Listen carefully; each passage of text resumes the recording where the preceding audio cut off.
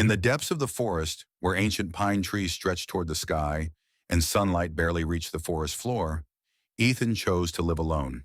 He had left behind the stress of city life, hoping to find peace in a forgotten cabin nestled among the trees.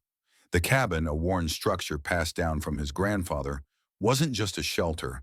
It was a place where Ethan could reconnect with his roots. One morning, as he opened the door, the scene before him brought not peace but worry. A massive gray wolf lay silently at his doorstep. Ethan's first instinct was to slam the door shut in fear, but something about the wolf's calm posture and soulful eyes made him pause. Upon closer look, he saw the deep wound on the animal's leg.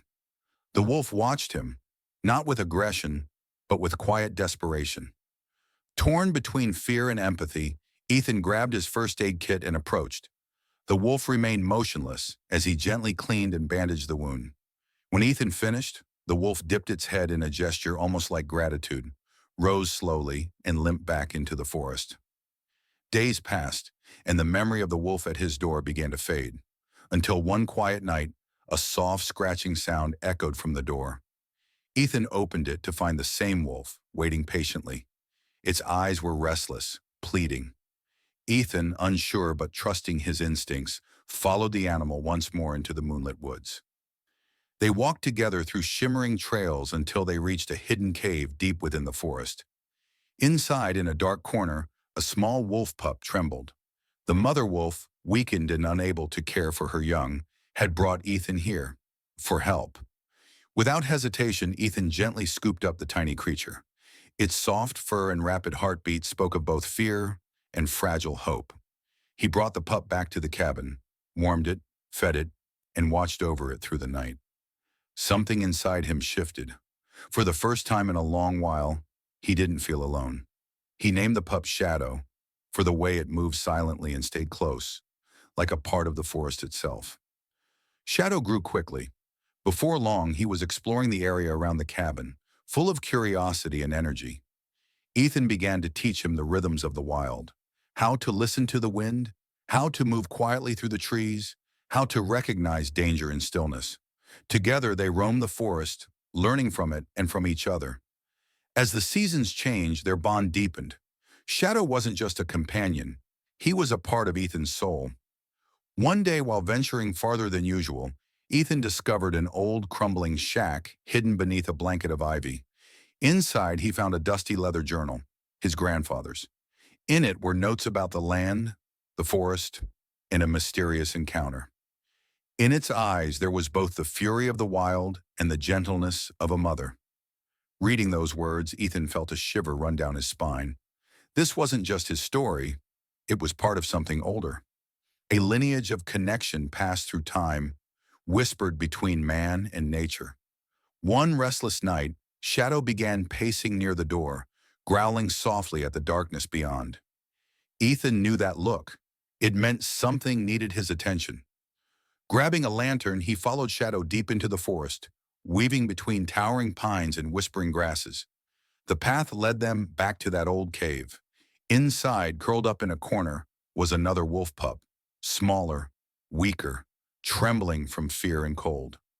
Without hesitation, Ethan knelt down and gathered the pup into his arms.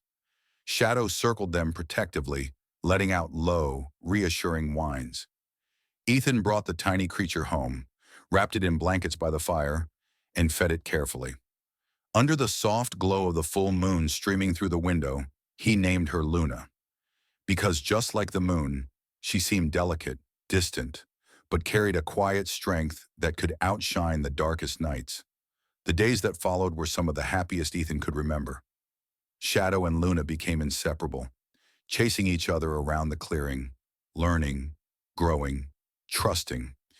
Ethan watched them, feeling a rare, overwhelming peace. His home, once a place of solitude and sorrow, now echoed with the soft sounds of life. Paws rustling through leaves, playful growls, shared silences that spoke louder than words. Then one crisp morning, something changed.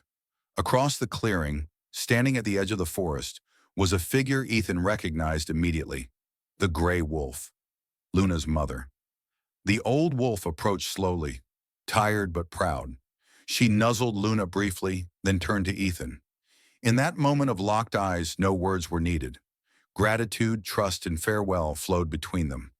She lay down near the edge of the woods, and without a sound passed into the earth she had once roamed. Ethan, Shadow, and Luna sat with her for a long time, mourning her departure and honoring her journey. Seasons shifted once again, and life in the forest followed its natural rhythm.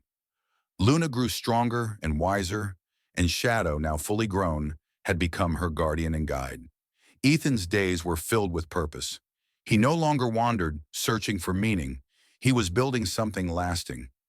One day, while hiking through the southern ridge, he stumbled upon an abandoned fire tower. Overgrown with ivy and moss, it stood tall but forgotten. He had an idea.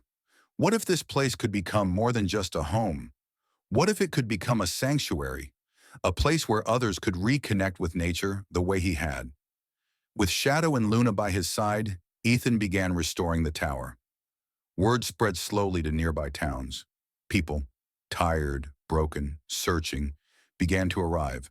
Some stayed for days, others for weeks.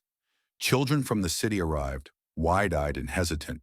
They had never touched real earth, never heard the rustle of wind through untouched branches, never seen stars without streetlights. Ethan taught them how to listen, how to walk without disturbing the ground, how to watch the animals not with fear, but with awe. Shadow patrolled the perimeter gently, ensuring safety. Luna stayed close to the children, calm and patient. She had grown into a natural protector. The sanctuary was no longer just an idea. It was a living, breathing place of healing. One summer afternoon, a woman arrived at the sanctuary. Her name was Dr. Evelyn Gray, a professor of ecology. At first, Ethan assumed she was just another visitor seeking peace. But Evelyn wasn't there to heal. She was there to listen and to understand. One night by the fire, as sparks danced into the black sky, she turned to Ethan and said, "The world needs to hear your story. People have forgotten how to listen to the land. You remind them." Ethan hesitated. He had never thought of telling his story beyond these woods, but the forest whispered its approval, and so he agreed. Months later, a documentary was born, The Heart of the Forest. It wasn't about Ethan. It was about the bond between man, wolf, and earth. It was about second chances, for nature and for lost souls. The documentary reached corners of the world Ethan had never even dreamed of. Letters poured in, gratitude, hope, longing. The sanctuary became a beacon for those seeking something deeper than technology and concrete could offer. Years passed and time left its mark.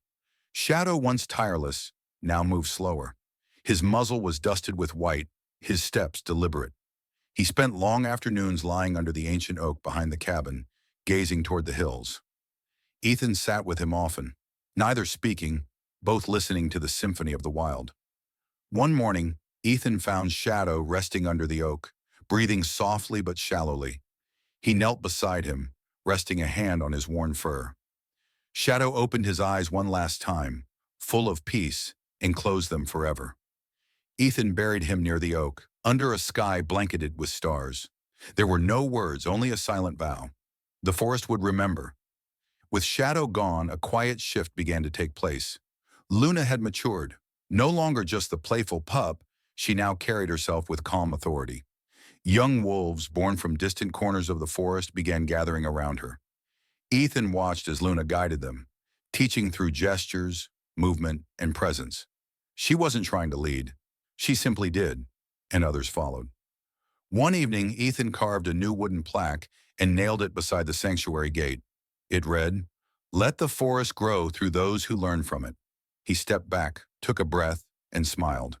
It was time. He would step aside, not leave, but allow space for the next generation to lead. Dr. Evelyn returned the following spring. She had one request: to film a sequel, not about Ethan, but about Luna, the young wolves, and the people who had grown with them. The second documentary was titled Voices of the Wild. This time, the focus wasn't a man or his past. It was about the language of the land, the guardians it had raised, and the harmony that could still exist between humans and the wild. In the film's final scene, Ethan sat on his porch, older, slower, beside the great oak. He looked out across the sanctuary, Luna in the distance, leading a patrol of young wolves, children walking the paths barefoot, eyes full of wonder, and the trees whispering their timeless lullaby. Ethan closed his eyes and smiled. Months passed. Then one misty morning, a modest white caravan rolled into the sanctuary clearing. A young woman stepped out. Her name was Clara. She had heard about the place not just from the documentaries, but from letters, whispers, and dreams. Clara had studied nature therapy in the city, but her heart had always longed for something deeper, something real. Ethan saw it in her eyes the moment they met, the quiet longing to belong to the earth, not above it. He handed her a small weathered leather notebook. On the cover, only one word: whispers. "I started writing in this years ago," Ethan said softly. "Now it's your turn." Clara spent her mornings walking barefoot through the woods, scribbling in the notebook by the firelight. She wasn't trying to teach. She was trying to remember. Luna noticed her presence and slowly, over time, accepted her. One day, without a sound, Luna approached and laid her head gently in Clara's lap. It was a gesture beyond language.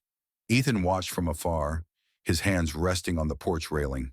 His hair was silver now, but his eyes held the same calm as the trees around him. The sanctuary no longer needed him at the center, because the forest was alive. The wolves were guiding, the people were listening, and the story, it would never end. It would pass from voice to voice, paw to page, heart to soil, forever whispered in the wild. But the forest was not done speaking. Weeks after Luna had accepted Clara's presence, something unexpected happened. During one of her early morning walks, Clara heard a new sound, a faint, high-pitched whine. It was coming from deep within the cedar grove, beyond the known paths. She followed it cautiously. Beneath a fallen tree, sheltered by a wall of vines, was a tiny wolf pup, barely old enough to walk, alone, abandoned, afraid. Clara wrapped it in her jacket and carried it back to the sanctuary. Ethan, seeing the pup in her arms, simply nodded. No words were exchanged, only understanding. The cycle had begun again. Luna, too, understood. She stepped forward, sniffed the pup gently, and lay beside it. The pack once again had expanded. But this time, Clara was part of the foundation. As the pup grew stronger, Clara found herself telling its stories. Not fairy tales, but real ones.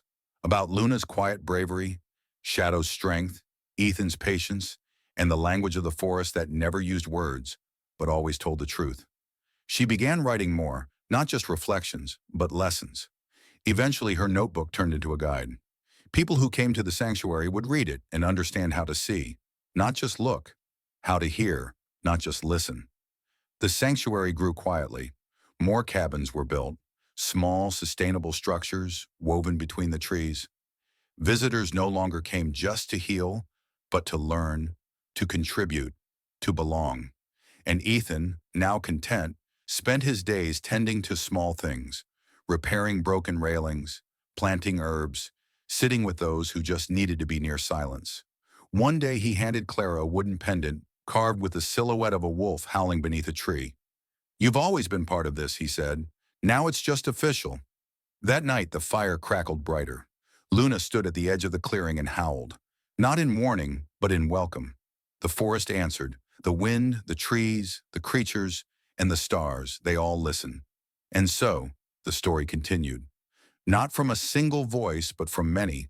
Not ending, just deepening. But even deeper in the forest, life continued to stir. Clara, now fully rooted in the sanctuary, had started mapping the land's ancient trails. She followed deer tracks into forgotten valleys, discovered waterfalls hidden beneath layers of vine and moss, and uncovered stones etched with markings she didn't yet understand.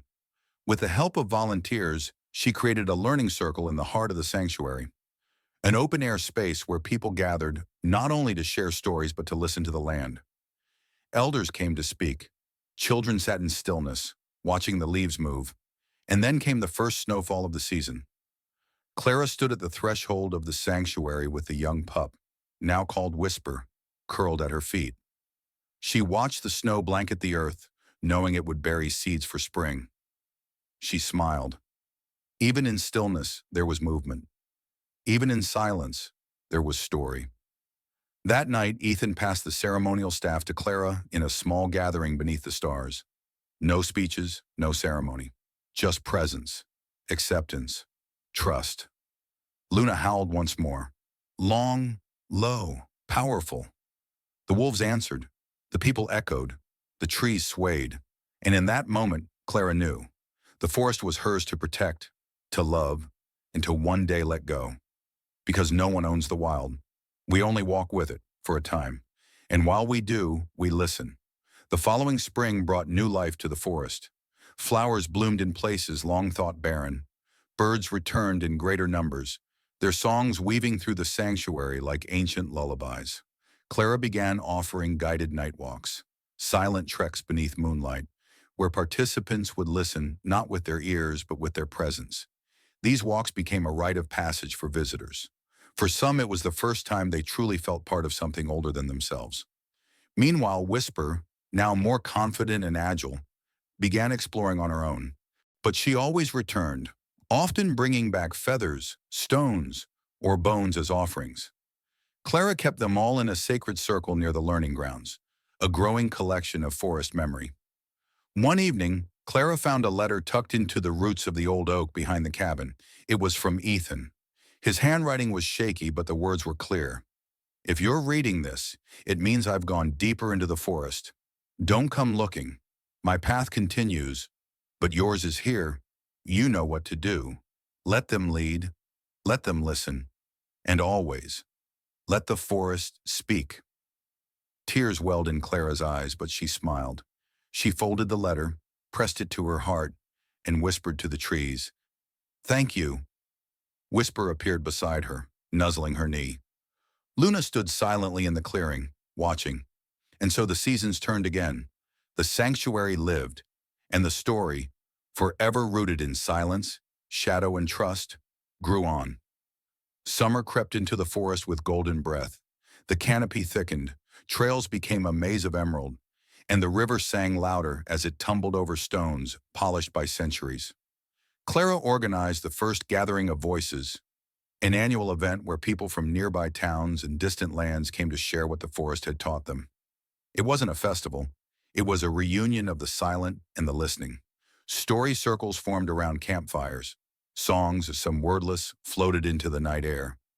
Wolves howled not in alarm, but in harmony. Whisper, now sleek and strong, guided small groups through the dusk, teaching them through presence rather than commands. One evening during the gathering, an old woman named Margaret arrived. Her hair was silver like the birches, her eyes deep like hidden springs. She had once lived near this forest as a child, before it became forgotten land.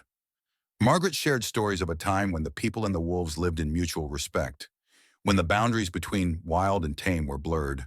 Her voice trembled with age, but each word landed like a seed in fertile soil.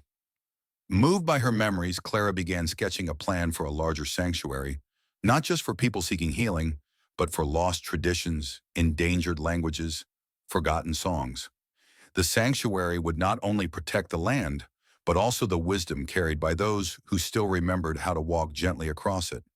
That fall, with the help of Whisper and the growing community, Clara mapped out the Elder's Grove, a space dedicated to honoring ancient knowledge.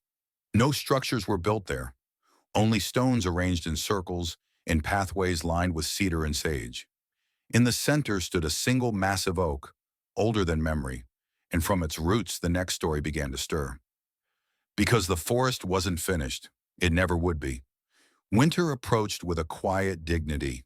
The forest, once vibrant and green, now slumbered under a soft, white blanket. Footprints of wolves and humans traced winding paths through the snow, each step a silent testimony to the bond between them. Clara found herself sitting more often beneath the great oak in Elder's Grove, listening. It was here she first noticed the strange carvings, ancient symbols, barely visible along the tree's thick bark. With Whisper at her side, Clara began to trace them day after day. Over time, a pattern emerged. A map, perhaps, or a story in a forgotten language. Elders and scholars from distant places visited, drawn by the mystery, contributing their interpretations and adding their voices to the sanctuary's living history. During one particularly long winter's night, as the northern lights shimmered across the sky, Clara led a gathering around the oak. They lit no fire. Instead, they listened to the natural music of the night, the crack of frozen branches, the low murmur of the river under ice, the breath of sleeping wolves. In that stillness, Clara spoke for the first time not as a student of the forest, but as its storyteller. "We are not the keepers of this land," she whispered into the cold. "We are its listeners, its memory, its passing breath." The crowd bowed their heads, understanding the sacredness of the moment. Above them, the stars leaned closer. The sanctuary was no longer just a refuge. It was a bridge between what had been, what was, and what might still come.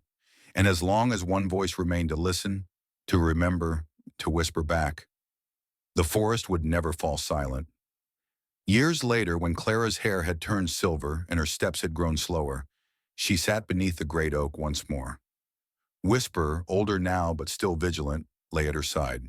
In her lap rested the leather-bound journal that had once belonged to Ethan, filled now with decades of wisdom, observations, and songs.